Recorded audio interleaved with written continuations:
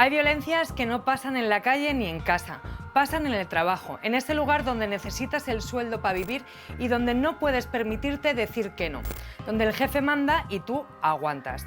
La violencia sexual en el ámbito laboral no es un error ni una excepción. Es poder, es precariedad, es silencio impuesto, es saber que si hablas, igual te quedas sin curro.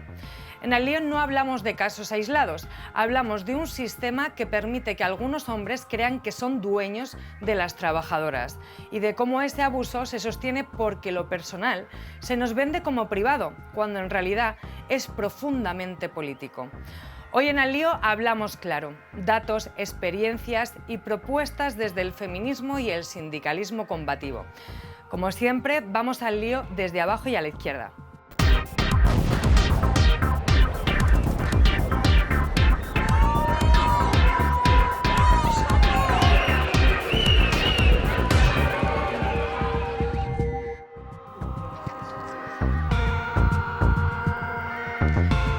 Volvemos una semana más al lío con un programón que se viene. Nos hemos traído a un plantel de invitadas, las mejores que más quisieran los grandes medios tenerlas en sus programas.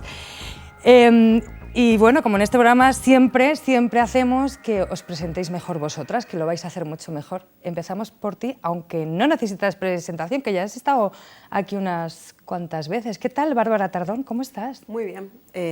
Bueno, yo soy Bárbara Tardón, soy doctora en estudios de género y trabajo en combatir las violencias sexuales. Gracias por aceptar la invitación y muchas gracias por venir otra vez. Muchas gracias. Nerea Barjola, otra habitual del programa. ¡Qué suerte tenemos! Bueno, pues soy Nerea Barjola, doctora en feminismos y género y experta en violencias sexuales. Gracias por venir. A vosotros. Querida Pepa, qué alegría que vengas. Hola, ¿qué tal? Delegada sindical de CGT, ole ahí. Así es, soy Pepa Gómez y soy delegada sindical de CGT y víctima de una violencia laboral. Gracias por venir y contarlo también. Nada. Gracias a vosotros. Querida Rocío, madre mía, qué ganas tenía de conocerte en persona.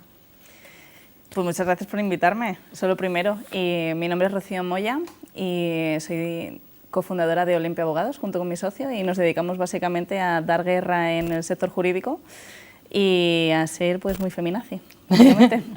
Consta que lo hacéis, consta que lo hacéis. Sí. Pues antes de empezar a hablar de este temón, vamos a ir con Cristina Moyano, que nos ha hecho un pequeño contexto para ver de qué empezamos a hablar de la violencia sexual en el ámbito laboral. El pasado 12 de enero se conocía que dos extrabajadoras de las mansiones de Julio Iglesias denunciaban al cantante por violencia sexual. Describen violaciones, violencia física, violencia verbal, trato degradante del que era su jefe. La ministra de Igualdad, Ana Redondo, expresaba tras conocerse las denuncias que la violencia machista se da dentro y fuera de las parejas, en el ámbito público y en el privado. Y hay colectivos, como puede ser el de las trabajadoras del hogar, que son especialmente vulnerables al estar a las órdenes de los señoritos. Según un estudio de la Universidad Autónoma de Barcelona, casi el 20% de las trabajadoras de los cuidados han sufrido acoso sexual. Otro estudio exclusivamente a trabajadoras del hogar migrantes realizado por la entidad Por Ti Mujer expone una mayor prevalencia. Del centenar de respuestas, un 53% contestó haber sufrido acoso o violencia sexual y el 91% afirmó no haber denunciado. Otro de los sectores donde la violencia sexual impacta de una manera resaltable es el sector audiovisual. Según un informe pionero de la Asociación de Mujeres Cineastas y Medios Audiovisuales, el 63,3% de las mujeres declara haber sufrido algún tipo de violencia sexual en los espacios relacionados con la industria del cine y del audiovisual. Según la legislación en España, toda empresa, independientemente del número de personas trabajadoras, tiene la obligación de adoptar un procedimiento o protocolo para prevenir y actuar frente al acoso sexual y otras conductas contrarias a la libertad sexual y la integridad moral. Pues bueno, liantes, hasta aquí los datos. Yo dejo a las profesionales que debatan sobre el tema. Chao. Bueno, impresionante los datos, supongo que ya os lo sabíais. Quería empezar a preguntaros, voy a empezar con Nerea, pero creo que es una pregunta para todas vosotras, que es antes de que llegue la violencia sexual, ¿no? Antes de que aparezca una agresión o un acoso claro en los lugares de trabajo, suelen pasar muchas cosas que ya se han normalizado, ¿no? Comentarios, miradas, humillaciones, y quería preguntar cómo se va construyendo ese terreno donde luego la violencia sexual parece inevitable. Claro, es que cuando hablamos de acoso laboral en el trabajo, decir que cuando ya está sucediendo, decir que parece que se ha vuelto inevitable, es como ponernos una responsabilidad a nosotras de que lo podíamos haber evitado, ¿no? Que es en sí el hándicap de las violencias sexuales contra nosotras, que siempre tenemos que estar, ¿no? Poniendo sobre la mesa lo que hicimos, lo que no hicimos, cómo ocurrió, cómo no ocurrió. Y yo, por ir un poco a la raíz de tu pregunta, a mí lo que me viene cuando haces esta pregunta, me viene directamente cómo somos construidas desde todos los estereotipos de género, y me viene directamente la violencia en la infancia, ¿no?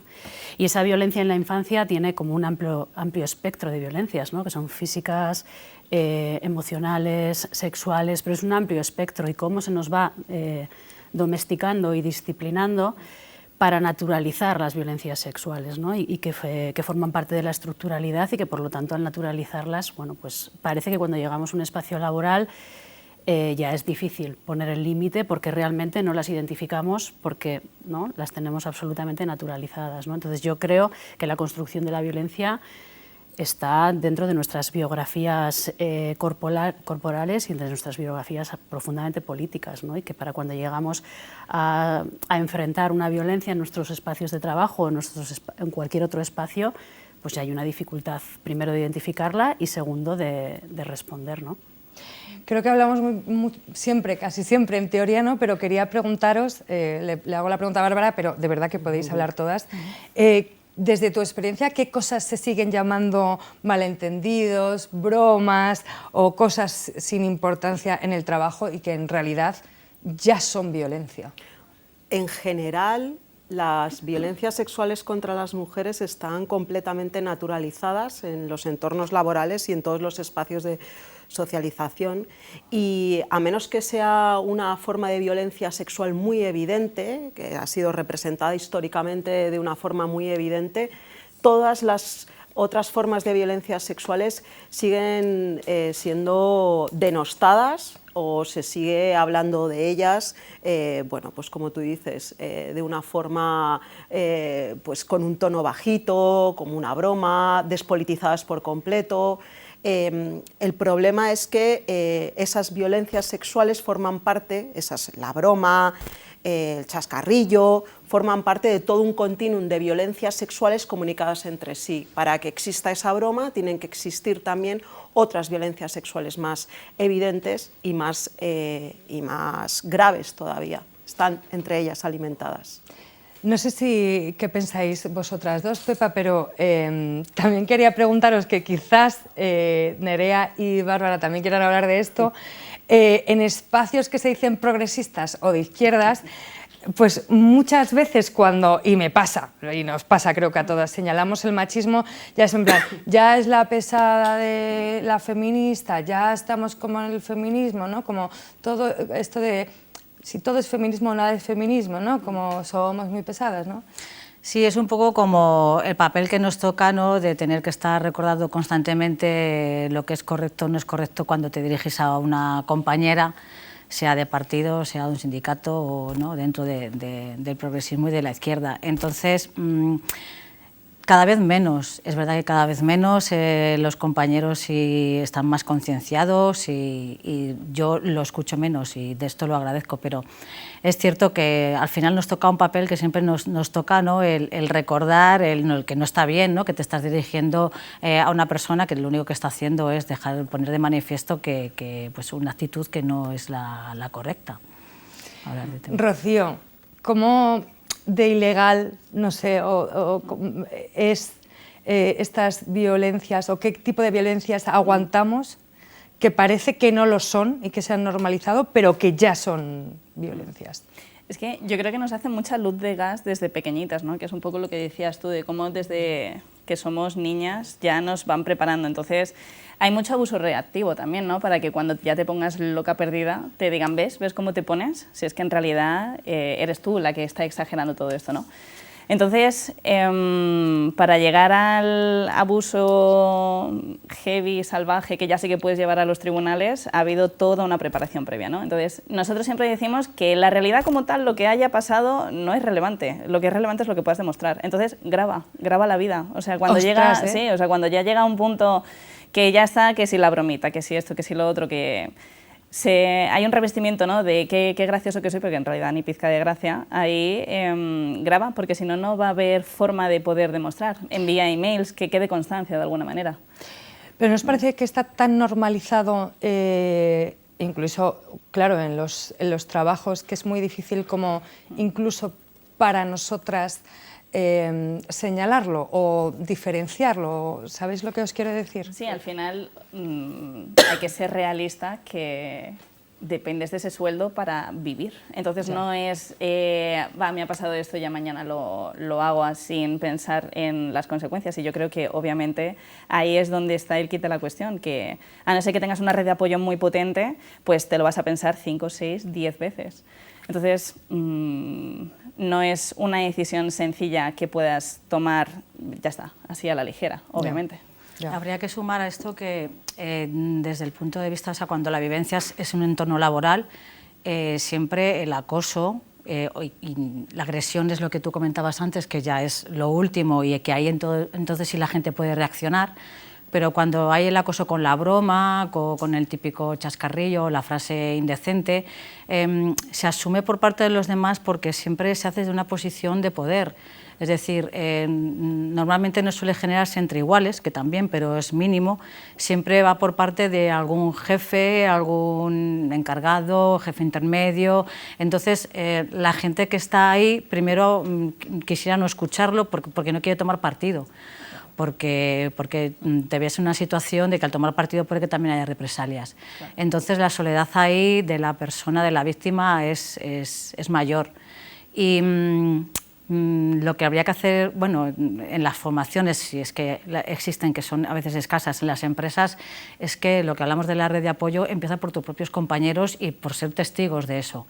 Y es principal para que haya una denuncia. Ya, es principal. Total.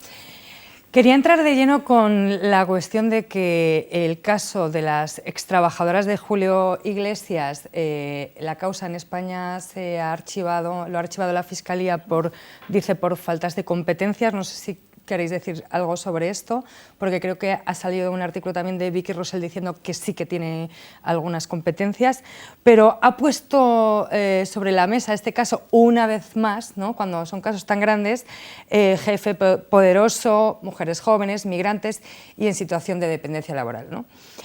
¿Qué nos dice este caso sobre cómo funciona ese patrón de violencia sexual? ¿Quién quiere? Bárbara estaba ahí. No, yo sí que quiero apuntar una cosa que es importante. La violencia sexual es interclasista y eso es importante que lo tengamos en cuenta. Y lo que no quita que haya situaciones en donde, debido a la vulnerabilidad o a las distintas discriminaciones que enfrentan las mujeres, pues haya una situación más complicada de enfrentar, como en el caso de Julio Iglesias, o en el caso, conocemos muchos casos en la industria del audiovisual, conocemos muchos casos en donde hay una figura de poder que tiene además un capital simbólico y que es muy difícil enfrentar. Pero es muy importante que tengamos en cuenta también que tengamos que un poco rebatir esa representación del jefe que acosa a la empleada, porque nuestra experiencia en los estudios y en los acompañamientos en otros entornos, entre iguales también se produce ese acoso, es vertical y es horizontal.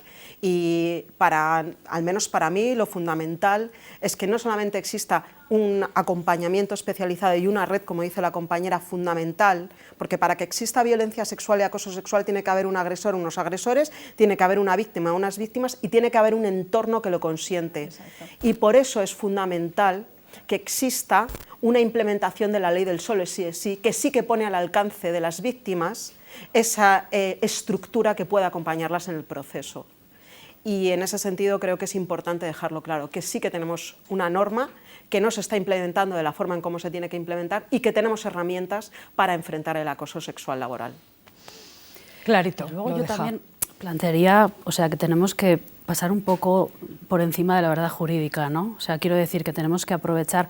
Es evidente que cuando se pone una denuncia es importante para las personas que denuncian, ¿no?, que tenga un recorrido, pero que yo invitaría también a pasar un poco por encima de la verdad jurídica.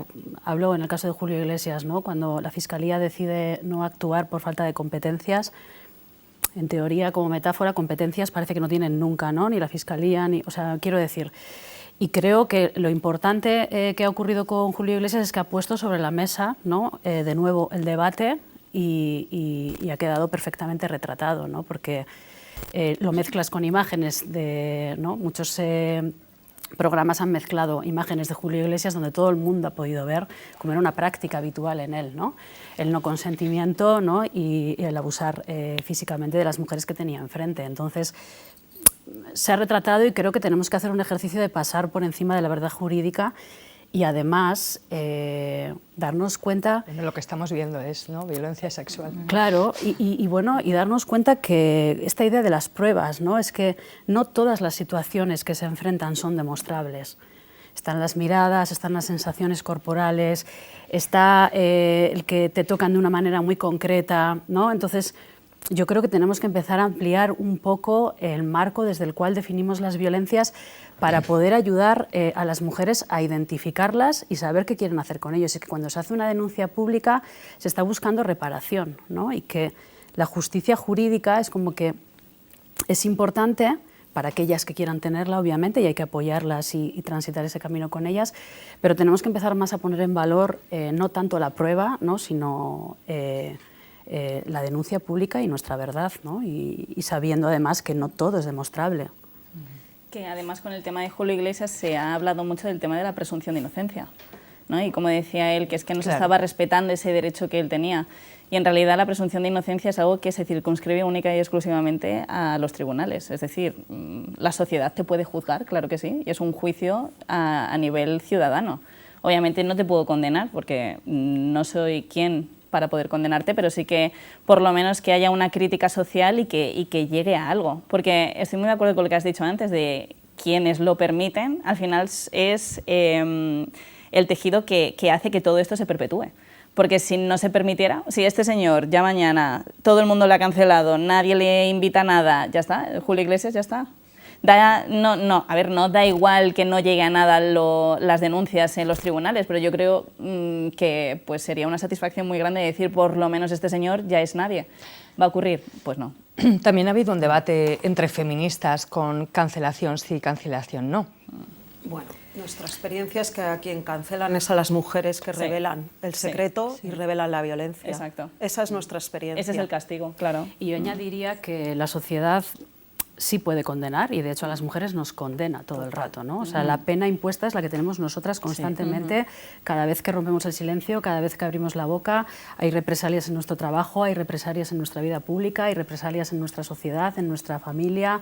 Entonces, yo creo que la sociedad no solo juzga, sino que condena también a las mujeres, ¿no? Entonces, por eso digo que hay que trascender al concepto jurídico, porque históricamente quienes hemos sido juzgadas y condenadas hemos sido nosotras, ¿no? Y la cultura de la cancelación está claro para quien está operativa y desde luego no es para ellos, que además tienen todos los medios de producción y todos los medios económicos para poder superar la cancelación dignamente. O sea que si se retiran no les pasa nada, ¿no? Cuando nos cancelan a nosotras nos quedamos sin trabajo, nos quedamos sin red, ¿no? O sea que hay que poner todo en sus justos términos.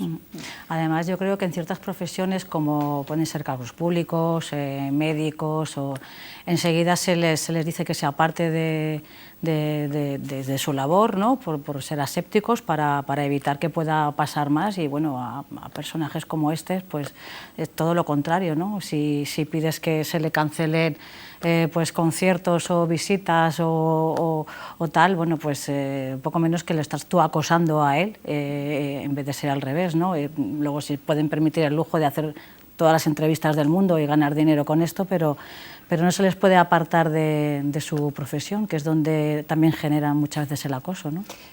Te quería preguntar, Pepa, ¿cómo aplicas la experiencia que has vivido a tu cargo ahora como delegada sindical y si te sirve desde ahí, ¿no? Sí, bueno, a cualquier mujer nos sirve en la vida, si lo vivas tú o lo viva una compañera, para mejorar, para tener sororidad y porque es una lucha que no va a durar, espero que no eternamente, pero va a durar muchísimo, por lo visto. Yo, por ejemplo, ahora desde la sección sindical de mi trabajo en jardinería, una de las decisiones a lo que estamos promoviendo son, por ejemplo, los puntos violeta, una manera de que en todos los centros de trabajo haya una facilidad para que cualquier persona que se sienta agredida, mujer, colectivo LGTBI, tenga a disposición y rápidamente la información, si la necesita, o el poder denunciarlo si es su caso, si no es él directamente o ella, una tercera persona. Y es básico porque, desgraciadamente, los protocolos de acoso que por ley las empresas están obligadas a tener, la mayoría de las veces, o la sensación que se tiene desde un sindicato cuando trabajas con esto, es que están en un cajón o están para cumplir lo mínimo, es decir, para que no sean sancionadas las empresas, pero dentro del protocolo, cuando se dice que tiene que estar a disposición de las trabajadoras y los trabajadores para que lo conozcan, hay que estar encima de la empresa para que lo cumpla. Entonces, para que un trabajador o una trabajadora se sienta seguro para informarse, preguntar o denunciar, es conocer. Y si no conoce, se ve desprovisto de los recursos que hay para ayudarle a hacerlo, las garantías que tienen los protocolos y los planes de igualdad para acompañar y para...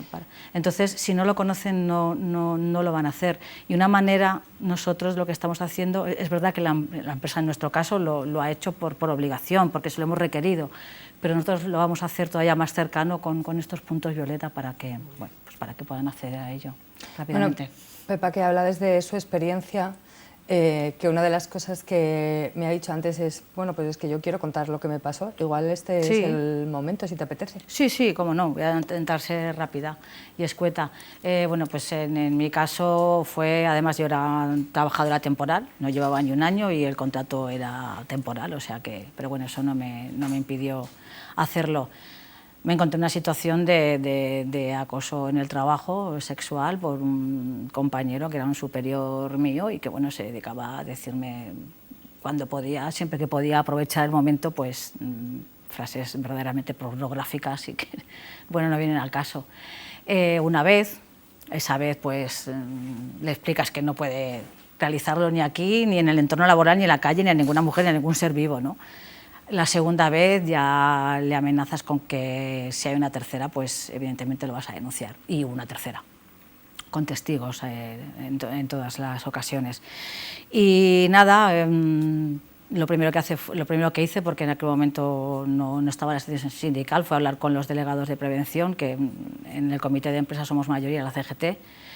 Y ahí me sentí muy arropada, intentaron que explicara lo que estaba viviendo. Punto por punto expliqué todo lo que había pasado y automáticamente pues, solicitamos una reunión con mi superior, con un representante, ¿no?, sindical, para que estuviera conmigo. Y ahí es donde quiero hacer yo ver la diferencia de cómo actuó esta empresa, porque nos minimizan a las mujeres.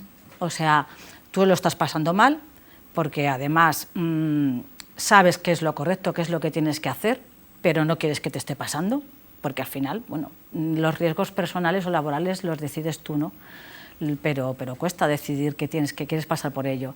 Entonces ellos minimizan, no pasa nada, no te preocupes, ya hablo con la chica y esto lo solucionamos porque este hombre es un poco bruto. No es un poco bruto, ni te estás equivocando, esto es algo grave, ¿no? Y al final pues no hubo reunión, lo que hubo que hacer fue un informe y obligar a la empresa en que pusiera el protocolo de acoso en marcha. ¿Y se activó? Se activó el protocolo. ¿Y de qué manera? Porque se supone que tiene que haber un comité de prevención del acoso que suele hacer la investigación, llegar a unas conclusiones y de ahí ya pues entender si sanciona o despide o no hay acoso. Y en vez de ese comité pues pusieron a cargo de la investigación a un jefe de relaciones laborales, que además era un señor bastante impresentable, a muchísimos niveles, y se dedicó a hacer del protocolo pues poco menos que basura, con perdón. Por ejemplo, a las víctimas, porque aparte de mí había otras 2 compañeras de acoso laboral, que no sexual, en vez de hacer una entrevista presencial, que pudiéramos llevar representantes o acompañamiento, la hizo telefónica, con número oculto, a destiempo, a deshora, y bueno, intentando convencerte, o sea, con preguntas de pero ¿lo has entendido bien? Es que a lo mejor no lo entendiste bien, es que a lo mejor no iba por ahí. Seguro que... Entonces, un paternalismo, o sea... No sé si lo más difícil para ti fue denunciar. Bueno, gracias por contárnoslo porque... No hay problema. Bueno, imagino que te remueve, ¿no? No sé si lo que más difícil fue denunciar o... Lo que vas a decir, el trato posterior. O sea, sea, denunciar... Quería saber cómo acababas si Sí. seguiste en la empresa. Sí, no, seguí en la empresa porque si no hubiera denunciado también, si hubiera habido, ¿no?, alguna represalia. Pero al final, después de... Por supuesto, al acosador sí le hizo una entrevista presencial, está claro. A él sí, ese tuvo esa suerte. Y bueno, pues de todas las personas que estaban como testigos, solo decidió hablar con una, y porque fue un delegado sindical de CGT que estuvo presente en la última ocasión, no le quedó otra, o sea, no preguntó a testigos. Y luego en la conclusión es que no estaba del todo demostrado el acoso sexual. Aún así hubo una sanción de 20 días de empleo y sueldo, que este señor cogió y lo redujo a 1 semana. No entendimos bien la motivación. Se le preguntó a la empresa y no dio explicaciones, con lo cual ya el sindicato, los delegados y los representantes decidieron hacer otro escrito diciendo que o había una motivación que no se aceptaba esa reducción o que se reservaba el derecho de denuncia. Y ahí misteriosamente este señor desapareció a los 2 días. Wow, es que Bárbara está poniendo unas caras y entonces quería preguntaros... Todo mal, Ya. todo mal. Por eso yo digo que en aquellos sitios donde están pues, mujeres trabajando en una casa, servicio doméstico, cuidando personas, empresas pequeñas, que no hay una representación sindical, que son los que están cuidando que esto se cumpla, no me imagino cómo tiene que pasarlo Las trabajadoras del las SAD. trabajadoras, por ejemplo, porque si ya es difícil teniendo los recursos y teniendo las personas adecuadas para que te acompañen y estén en estas situaciones, por ejemplo, como las que yo viví, la soledad es absoluta. Sí, no, apuntar que en el caso que comentas, lo primero es probablemente el protocolo no sea un buen protocolo. En segundo lugar, cuando el protocolo no es bueno, se aplica de aquella manera como estás explicando, y luego ahí quiero recordar una cosa que es un cambio de paradigma gracias a la ley del solo sí es sí, que quizás, no lo sé, en tu caso, si lo hubierais, o no sé si fue antes de la ley, ahora las empresas o las organizaciones o aquellos espacios en donde se está produciendo ese acoso tienen también responsabilidad penal si tienen conocimiento de un caso de acoso sexual y no han hecho nada por investigarlo o por pararlo. Sí. Y eso es un cambio de paradigma evidente, sí. Es un paso más allá de la ley del 2007 de igualdad. Y claro, la clave es tener unos buenos protocolos, un buen comité antiacoso y cumplir lo que dice el protocolo y lo que dice la ley. Además, porque el protocolo también te habla de prevención. Claro, es que el la protocolo en el caso nuestro, claro. en el caso del protocolo que tenemos también te habla de la prevención, que básicamente pasa por la información, la formación y el seguimiento. La pregunta, porque luego además después no hubo una pregunta de oye, ¿cómo están las compañeras? ¿Cómo están las trabajadoras? Ni menos van a preguntar sin que haya motivo de acoso, ningún acoso, ¿no? en el trabajo, ¿cómo está el ambiente laboral? Que es principal, que el ambiente laboral sea un ambiente laboral bueno, porque es lo que el trabajador se merece. Creo que el miedo tiene mucho que ver, ¿no?, con el tema de la violencia sexual y es de lo que se aprovechan, ¿no? Has escuchado a Pepa y no sé si este es el patrón, ¿no? Os pregunto a las dos, desde 2 puntos de vista diferentes, ¿no? Sí, claro, yo la estoy escuchando y pues me viene el informe que hemos hecho para las de CIMA, ¿no?, para la Asociación de Mujeres Cineastas en el sector audiovisual, ¿no?, de cómo, bueno, el protocolo tiene que ser bueno, pero además tiene que estar detrás gente que esté mínimamente formada y que tenga un mínimo de conciencia y de perspectiva feminista, porque si no, ese papel lo va a leer como puede leer cualquier otro documento que tenga encima de su mesa, ¿no? Y si además se deja guiar más por las representaciones que le construyen que por las representaciones que debería estar deconstruyendo, pues no le va a servir a ninguna mujer que esté esa persona vinculada al protocolo, ¿no? Y muchas veces las empresas lo que hacen es, bueno, cubrimos este puesto con quien podamos y ponemos a esta persona y listo, ¿no? Y me recuerda un poco al informe, ¿no?, de cómo muchas mujeres decían, ¿no?, pues, tanto en las productoras que tienen lo que se llama la hotline, ¿no?, que pueden llamar y denunciar a un compañero, pero claro, ¿quién está detrás de esa hotline? Está la productora, no es alguien externo, no es alguien formado, ¿no? No es alguien que va a hacer una investigación, y además se encuentran con las represalias, ¿no? Y aquí entro con el tema del miedo, que es, bueno, podemos retirar a esta persona de la película, pero la película se va a parar, y no se para solo para esta persona, se para para todas las personas que están trabajando en la película. Entonces te ponen a ti la responsabilidad de lo que vaya a ocurrir con esa producción y de lo que vaya a ocurrir con esa película, ¿no? O sea, no es tu responsabilidad decidir eso, ¿no? Entonces hay mucha dificultad, están profundamente vulnerabilizadas por una posición muy jerárquica, las mujeres jóvenes todavía más, ¿no? Y bueno, yo... Ibas a decir, bueno, no sé, ahora me he cortado, pero... creo que es muy importante que el protocolo no sea única y exclusivamente papel mojado y que las personas que están trabajando en el protocolo tengan ese trabajo en exclusiva y sepan lo que están haciendo. Seguimiento. Claro. Rocío. Es que incluso las que... Porque a nosotros nos llegan las personas que no ha funcionado nada, ¿no? Y entonces ya es como lo último, cuando ya nada ha funcionado y están agotadas y es extenuante. ¿Cuánto dinero es? ¿Cuánto dinero es acudir a los juzgados? ¿Cuánto dinero es? Pues mucho dinero. O sea, si ya demanda, querella, luego los recursos, luego el juicio, si hay audiencia previa, o sea, es tedioso, son muchos años y, vale, luego llegas al final y en el mejor de los casos te indemnizan con 10.000 euros, pero haces cuentas, ¿no? Incluso ya, que más allá de lo emocional y de todo el viaje que es llegar ahí, dices, ¿cuáles son las consecuencias que hay, ¿no? Yo creo que hay un gran problema de impunidad en términos generales, con todo. Entonces, claro, si además cuando llegas al último paso, que es los tribunales, ¿no?, que dices, bueno, no ha funcionado nada de esto porque nadie ha hecho porque funcione, pero se supone que hay aquí como el plan Z, y llegas al plan Z y lo que tienes enfrente es una persona que ni se ha leído la demanda o la querella, y te está hablando con condescendencia y con desprecio, porque son personas que en última instancia tienen una vida muy acotada, muy privilegiada, porque qué tipo de personas se pueden permitir opositar tantos años, suelen ser personas que vienen también de generaciones que también han sido jueces, que también han sido fiscales. En España, ¿quién podía ir a la universidad hace 40, 50 años? Pues cierto sector de la sociedad asociado al régimen que teníamos antes, ¿no?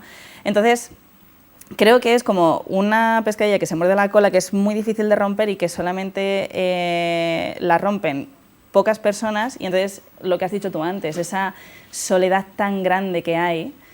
Nosotros en Olimpe llevamos a unos funcionarios de Canarias, que son ellos dos contra la seguridad social, ¿no? Hostia. Claro, y que lo hablábamos justo antes, ¿no?, de que luego por detrás la gente te dice, joder, qué bien que lo estás haciendo, si es que yo también lo vi, si es que yo también vi el comentario, pero todo el mundo está callado. Ya, total.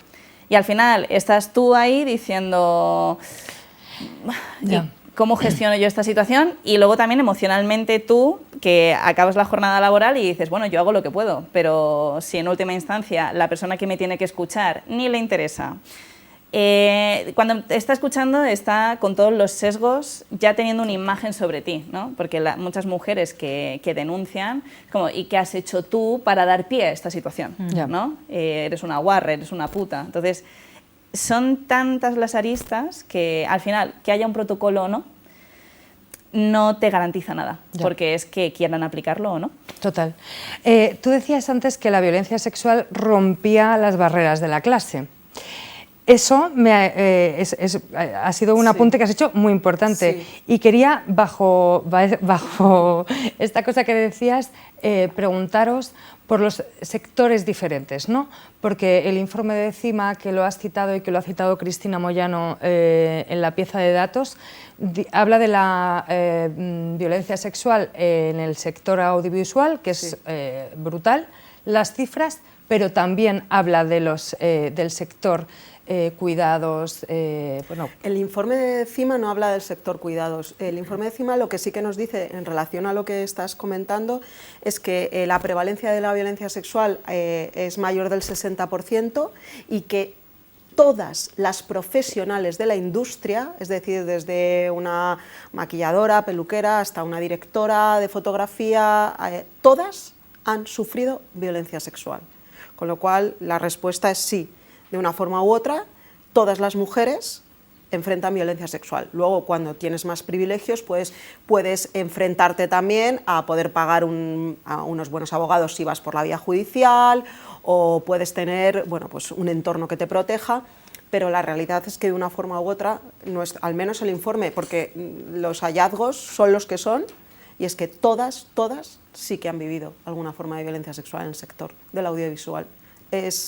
Son datos que para nosotras, yo creo, para ninguna de nosotras son alarmantes, porque todas hemos vivido violencia sexual, pero que sorprendentemente cuando sacamos el informe todo el mundo era como ¡qué barbaridad!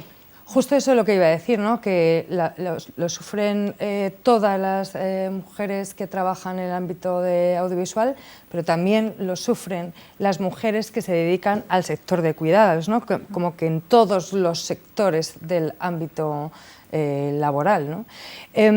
Vamos a hacer una cosa, porque Cristina Moyano también se ha ido a la calle a preguntar a la gente a ver qué opina de esto, a ver qué tal nos sale este viajecito a la calle.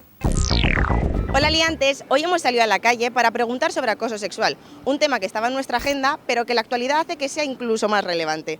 Así que veamos qué opina la gente.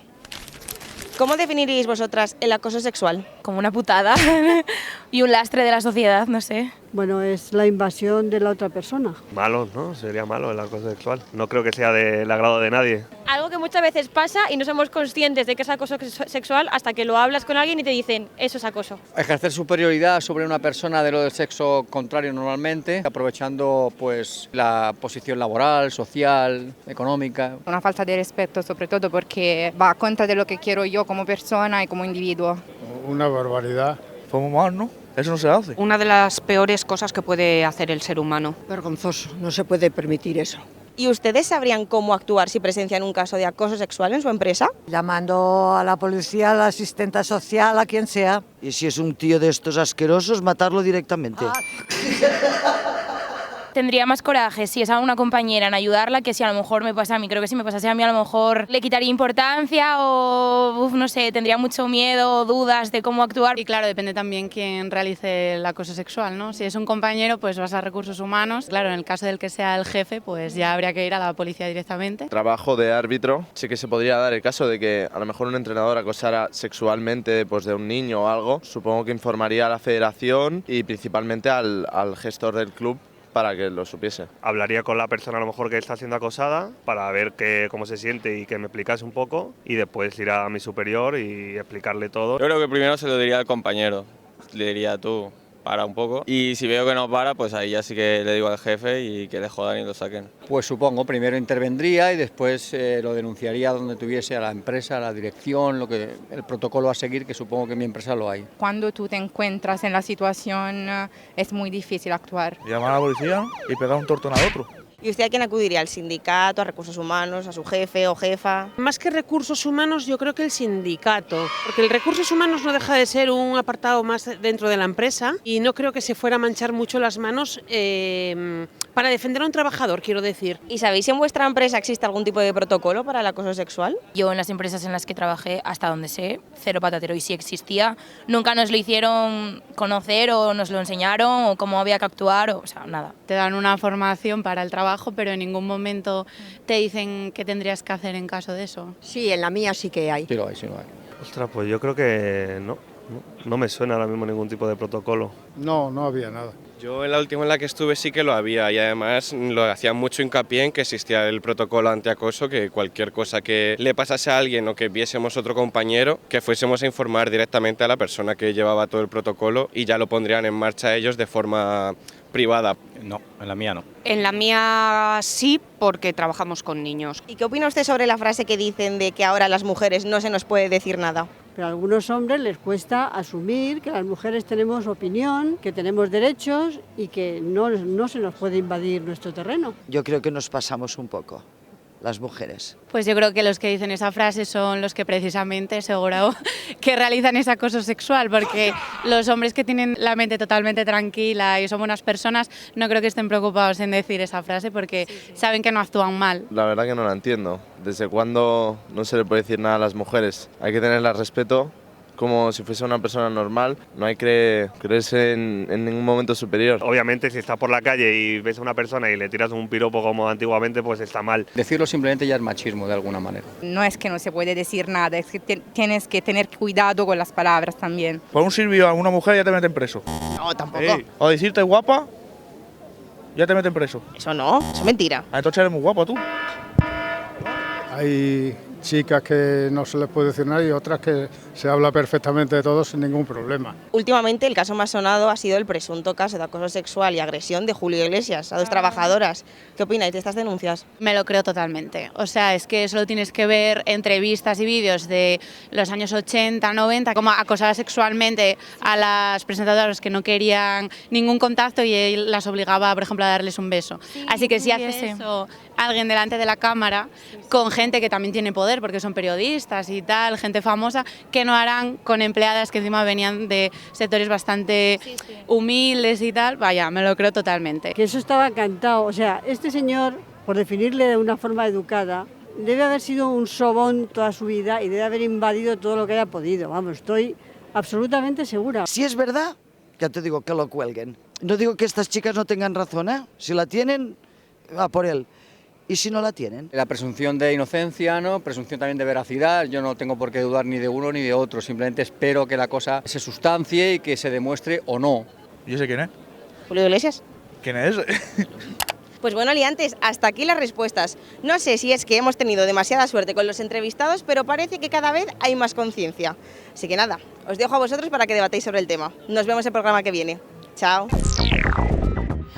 Bueno, Cristina Moyano siempre positiva, sufriendo acoso sexual en el trabajo. No por los trabajadores de la empresa, pero sí en el trabajo. Y no lo digo de broma, o sea, quiero decir, así es muy fuerte, ¿no? ¿Qué os ha parecido el vídeo de la calle? ¿Cómo veis a la gente? Súper bien, ¿no? Bueno, a mí el comentario de que sí que las mujeres ya nos estamos pasando, es que no sé ni qué decirte, o sea, y además que es una mujer la que lo está diciendo. Bueno, lo dice este señor que acaba de entrevistar a Cristina y lo dicen los amigos de Pedro Sánchez. También, sí, sí. O sea, no es la única persona que lo dice. Muy ilustrativo. Sí. Muy ilustrativo os ha parecido. ¿No os parece un poco moral, no? Feminismo moral, ¿no? No, y también yo veo que hay una dificultad para definir lo que es el acoso sexual, porque ninguna ha respondido qué es acoso sexual, ¿no? Y esto es luego lo que dificulta realmente en las empresas poder poner sobre la mesa qué es lo que está pasando, porque entre que la persona que está enfrentando violencia tiene dificultad para identificarla porque tenemos la tendencia a responsabilizarnos nosotras hasta de la violencia que enfrentamos y que el resto de la gente tampoco sabe identificarla, ¿no? Y que probablemente la persona que esté mediando también tiene esa dificultad de ¿no? La típica entrevista en la que se te está preguntando y se te responde, bueno, pero eso igual es una mala interpretación, ¿no? Porque la mala interpretación siempre les ha servido muchísimo al patriarcado, ¿no? Para plantear y difuminar los límites. Hasta dónde quiero llegar yo y hasta dónde quieres llegar tú, ¿no? Y entonces yo insisto mucho en esta idea de que todo aquello que traspase el malestar de tu cuerpo, ¿no? Todo aquello en el que tú te vas para casa y no sabes muy bien qué ha pasado, pero que te está haciendo sentir mal, ahí ha pasado algo, ¿no? Esa es la definición de Nerea Barjola de la violencia sexual. Era un clic para redes, estaba intentando hacerlo. No sé si es mi definición, porque claro, es tan amplio que no lo sé, pero sí que a mí a veces cuando me preguntan por los grados de la violencia, qué es más importante y qué no, ¿no? Yo siempre respondo, para mí no son tan importantes los grados, sino el impacto. O sea, yo no mido el grado, sino el impacto. y cada una tenemos impactos distintos con la violencia que se ejerce contra nosotras, ¿no? Y luego con lo de las formaciones en las empresas, que también me ha parecido interesante cuando dicen, no, en mi empresa no hay formación, en otra sí. Y me ha recordado un poco al informe cuando decían que se estaba dando formación, pero ¿quién da esa formación? O sea, la formación la tiene que dar alguien que sepa darla también, ¿no? Y en el informe salía muy claramente como incluso los hombres que formaban parte para aprender, ¿no?, de esa formación, les hacían bromas a las compañeras de curro, ¿no? Es que ahora no, si te tocó así es acoso, si te hago así en el pelo es que te estoy acosando en el trabajo. O sea, cómo cogen aquello que en principio hemos utilizado de herramienta, lo cogen para transformarlo y que vuelva a ser una manera de filtrar su propia violencia, ¿no? Entonces yo lo que veo ahí en general es como mucha confusión, dificultad de definición y luego cómo se construye una vida, porque esto de decir, yo creo que tenemos que construir a las mujeres como si fueran personas normales, o sea, creo que ahí hay toda una ontología y una definición brutal de cómo se construyen las vidas que valen la pena y las que no. Además, en cuanto a los protocolos, ¿no?, de acoso, la mayoría dice que, o bueno, la mayoría, ¿no?, hay gente que desconoce si existían, gente que sabía que existían pero no lo han visto nunca, debe de ser como el hombre de las nieves, ¿no?, que no sabe si existe pero no lo has visto nunca, a Bigfoot, o que no sabían. Y quiero hacer hincapié porque en los protocolos sí que establece lo que es un acoso y qué tipos de acoso hay. Que podemos sufrirlo, no darnos cuenta. Está el acoso sexual, ciberacoso, chantaje, o sea, hay una cantidad de denominaciones de acoso que las podemos estar sufriendo y no ser conscientes de que los tenemos. Por eso es tan importante hacer llegar los protocolos a las plantillas, es muy importante, porque ya no solo es qué tienes que hacer en caso de sufrirlo, sino ser conscientes de lo que es el acoso, tanto si lo recibes tú como si lo ves en una compañera o en un compañero. Es más, los protocolos de acoso en las empresas no solo deberían estar o están para los empleados, sino para clientes de la empresa. Es decir, alguien de la empresa puede hacer acoso a un cliente o a alguien que está prestando un servicio a esa empresa o a un usuario. Y tú puedes decirle lo que antiguamente era un piropo, ¿no?, o una frase malsonante a una persona que está pasando por allí, y tú vas con un uniforme o estás en horas de trabajo. Eso también es de alguna manera acoso, tener fijación con alguien, ¿no?, como ha sucedido. Entonces eso también entra dentro del protocolo de acoso. Sí, eso también es muy hay que... importante. Sí. Por eso yo, que soy una gran defensora de los protocolos bien hechos, el ámbito de aplicación de un protocolo es fundamental, y por eso es muy importante que los protocolos lo hagan compañeras feministas con enfoque feminista y de derechos humanos, y que entiendan también que tenemos una ley, que es la ley del solo sí es sí, que debe de implementarse y debe reflejarse también en ese protocolo. Aparte de los protocolos, que sois muy fan, no sé, ¿qué tendría que cambiar en el ámbito laboral para que esa cultura de la violencia sexual acabase? Bueno, yo creo que tiene que desaparecer el patriarcado, y como Bien. hay 6.000 años de patriarcado a nuestras A lo alto, espaldas, pues para empezar creo que un protocolo tiene que trascender la acción-reacción. Es decir, los protocolos tienen que tener, como tú has dicho, todo un eje transversal y prioritario, que es la prevención y sensibilización, que es un cambio cultural dentro de los entornos laborales. Y eso es fundamental. Y si eso no se implementa, vamos a estar en una unidad de cuidados intensivos, como decía la compañera también, que solamente van a llegar los casos que ya han escalado, que debemos recordar que hay una teoría del acoso. El acoso escala, el acoso sexual escala, o se le hace frente en el primer momento o va para más. Por eso es muy importante que exista una transformación cultural dentro de los entornos laborales. ¿Qué impacto tiene, decía Pepa, la soledad, ¿no?, de las cosas más heavies, ¿no? Pero ¿qué impacto tiene en la autoestima de las personas que sufren acoso, de las mujeres que sufren acoso, y también qué impacto tiene en su vida laboral? También te lo pregunto, Nerea, bueno, a las dos, a Rocío y a Nerea, porque decías, ¿no?, como la definición de violencia sexual, el impacto que tiene en la persona, ¿no? Claro, pues es que es devastador. O sea, tú igual puedes empezar denunciando, pero según va funcionando todo el proceso, o sea, terminas absolutamente devastada, ¿no? Y con una dificultad añadida de o bien querer dejarlo todo, o bien no poder más, o bien dudar de ti misma. Claro, el hecho de que impacte de una manera tan potente en tu salud mental es responsabilidad directa de la sociedad, porque en muchas mujeres que han sufrido violencias sexuales, si la sociedad responde, la institución responde, ¿no? O sea, podemos llegar a un tiempo de estabilización medio bien, ¿no? Esto lo decía muy bien una psicóloga que decía, bueno, cuando has sufrido violencia sexual, si la sociedad responde y la administración responde, en 3 meses podemos estabilizar.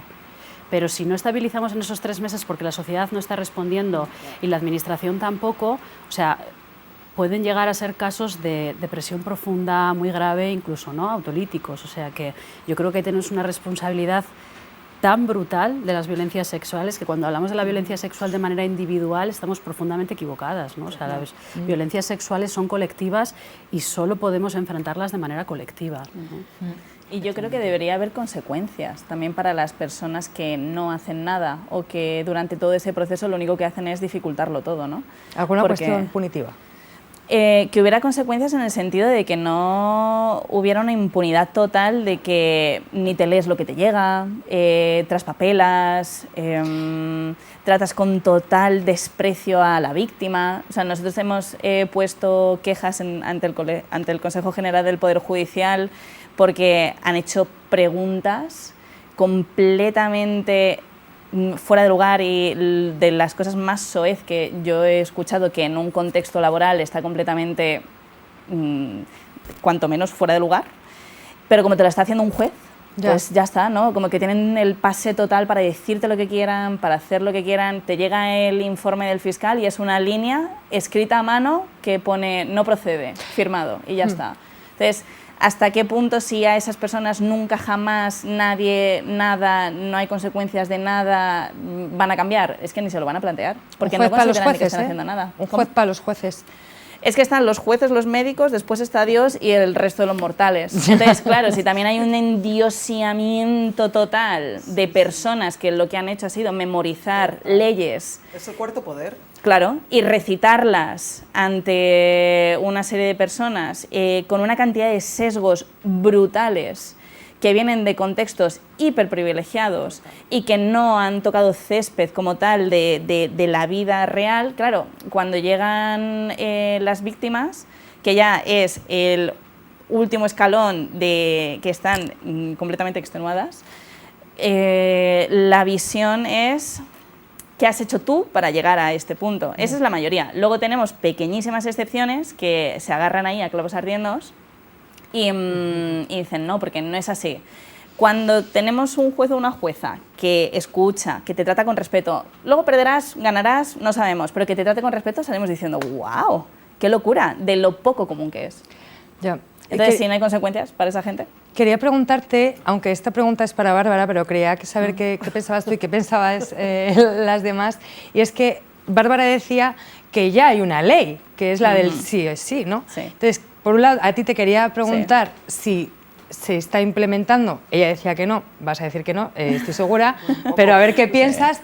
Pero también quería preguntaros a las demás si esta ley ha pasado a la nada, digamos, al no mirarse por una cuestión de odio hacia, no voy a decir el nombre, ya.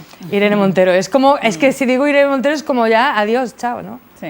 Es que al final esta ley lo que hizo fue coger el reclamo de la calle, ¿no?, y traerla al BOE. No tanto que, pues si tanto queréis, pues presentaos a las elecciones, ganad unas elecciones y cambiad las cosas. Como venga, vale, pues lo hacen. Vamos a hacerlo. Vale, ya tenemos el BOE. Pero ¿qué es una ley? No deja de ser una creencia intersubjetiva. No deja de ser algo que llegamos a un... ¿Explica eso? Es un consenso al que llegamos, pero en realidad como tal no existe, porque si mañana hay un apocalipsis zombie, pues ha dejado de existir, ¿no? Es decir, nos ponemos de acuerdo entre nosotros para que exista y para respetarlo. Por eso yo no me puedo poner de acuerdo contigo para que la gravedad cambie. La gravedad va a ser lo que sea, independientemente de que yo quiera que sea más o menos. Sin embargo, una ley nos podemos poner de acuerdo y por eso lo podemos cambiar. Entonces, es una creencia intersubjetiva. ¿Qué pasa? Que todo eso es interpretable y ahí es donde viene el problema. Es como vienen tías súper valientes que han sacrificado tantas cosas a nivel personal para traer todo lo que la gente pedía, traerlo a, vale, pues si tenemos estas herramientas, vamos a utilizarlas, Y tienes también circulares del fiscal general del Estado diciendo no hay que interpretar automáticamente, esto no trata de ahora rebajar penas de manera automática. ¿Qué ha pasado con ese hombre? También, caput. Ya. Entonces el problema viene cuando tienes una persona con nombre y apellidos, que es un juez o una jueza, un fiscal, y hay que interpretar, pero es que la formación de esa persona no ha sido esa, la formación de esa persona ha sido memorizar.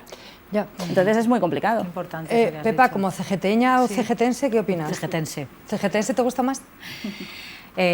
Opino que ha sido un cambio para la sociedad increíble.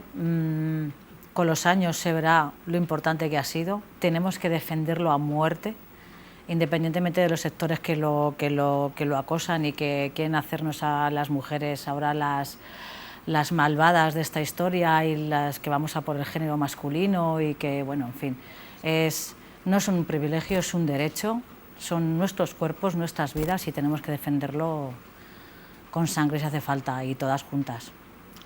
Bárbara, ahora sí, que yo sé que querías hablar de esto. No, yo creo que la reacción a la ley del solo sí es sí es una reacción del patriarcado y de la cultura de la violación contra la libertad y la autonomía sexual de las mujeres. Se materializa en la figura de la exministra Irene Montero y de todo el equipo que estuvimos en el Ministerio peleando por la ley, pero hay que recordar que es la ley de todas las mujeres, no es la ley de un ministerio siquiera.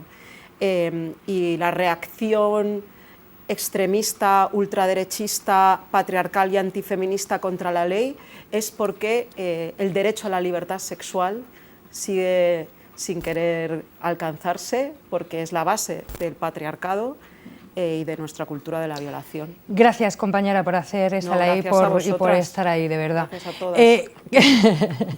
Quería preguntaros, si ahora mismo nos estuviera viendo alguien, alguna mujer nos está viendo, y estoy segura de esto, que está viviendo algo parecido en su trabajo, ¿qué le diríais hoy, cada una de vosotras en vuestra propia especialidad, y cuál sería el primer paso? ¿Quién quiere empezar? Si queréis, el Dale.